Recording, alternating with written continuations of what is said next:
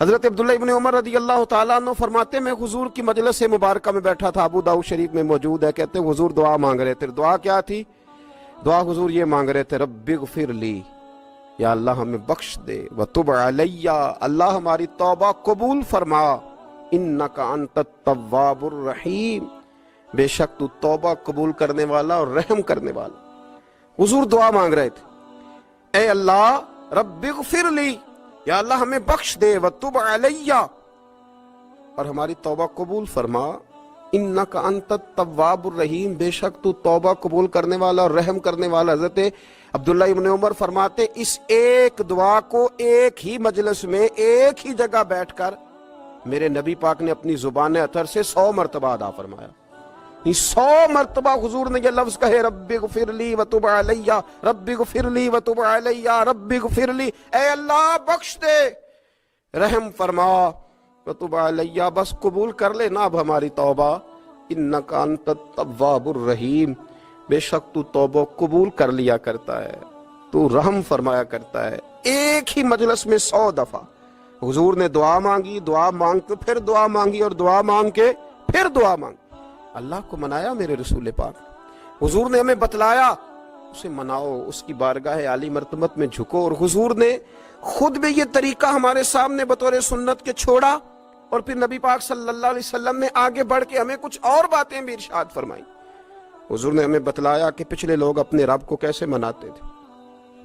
وہ کس طرح اس کے حضور ناز عرض کرتے تھے، منانے کے طریقے بھی بتلائے۔ فرمایا جب ماں باپ دعا مانگیں گے اولاد کے حق میں تو وہ مان جائے گا۔ حضور علیہ السلام نے فرمایا جب مسافر دعا مانگے گا تو اللہ مان جائے گا۔ فرمایا میرے رسول کریم نے کہ جب بیمار دعا مانگے گا تو اللہ مان جائے گا۔ اور سید عالم علیہ السلام فرمانے لگے جب تمہارے ضعیف، کمزور، مجبور لوگ دعا مانگیں گے تو اللہ مان جائے گا۔ اور حضور نے فرمایا جب تم فرض ادا کر کے دعا مانگو گے تو اللہ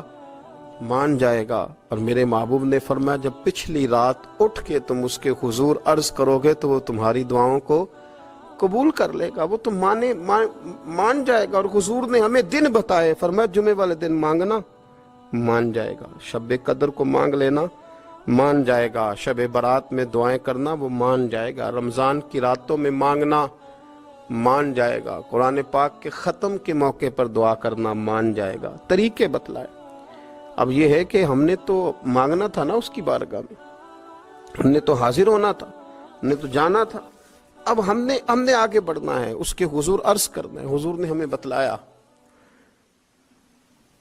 کہ مومن متقی ہوتا ہے نا، پرہیزگار ہوتا ہے،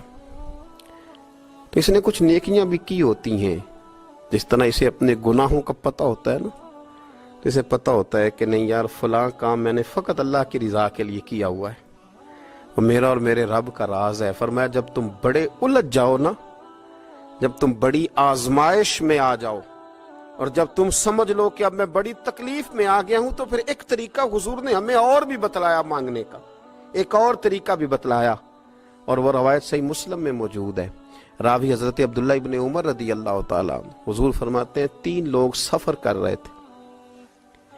یہ آپ اندازہ فرمائیے صحیح مسلم کی حدیث ہے، اور ذرا حضور کے سمجھانے کا ایک یہ رنگ بھی ہے اللہ کو منانے کا، ایک یہ انداز بھی ہے اس کی بارگاہ میں گزارشات پیش کرنے کا، یہ بھی ایک طریقہ حضور نے ہمیں بتلایا۔ اگرچہ اپنی نیکیوں کو چھپانا چاہیے، نیکیاں جو چھپی ہوئی ہوتی ہیں وہ قیمتی ہوتی ہیں، وہ قیمتی چیزیں ہوتی ہیں جو لوگوں نے چھپا کر کے رکھی ہوتی ہیں۔ حضرت عبداللہ ابن عمر فرمانے لگے کہ نبی پاک صلی اللہ علیہ وسلم فرماتے ہیں 3 لوگ سفر کر رہے تھے، رستے میں طوفان آ گیا، تیز بارش شروع ہو گئی، تو حضور فرماتے ہیں وہ تینوں بارش سے بچنے کے لیے ایک غار میں چھپ گئے۔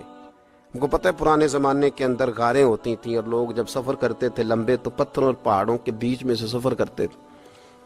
وہ غار کے اندر چلے گئے۔ اب چونکہ طوفان بہت زیادہ تھا، جب وہ غار کے اندر چلے گئے تو اللہ کے پیارے حبیب صلی اللہ علیہ وسلم فرماتے ہیں پتھر اوپر سے لڑکتا ہوا آیا اور غار کے منہ کے آگے آ کے اس نے غار کو بند کر دیا۔ اب اتنا تیز اور اس مضبوطی کے ساتھ وہ پتھر لگا اور اتنا صحیح فٹ ہوا کہ اندر روشنی آنی بھی ختم ہو گئی۔ اب 3 لوگ ہیں،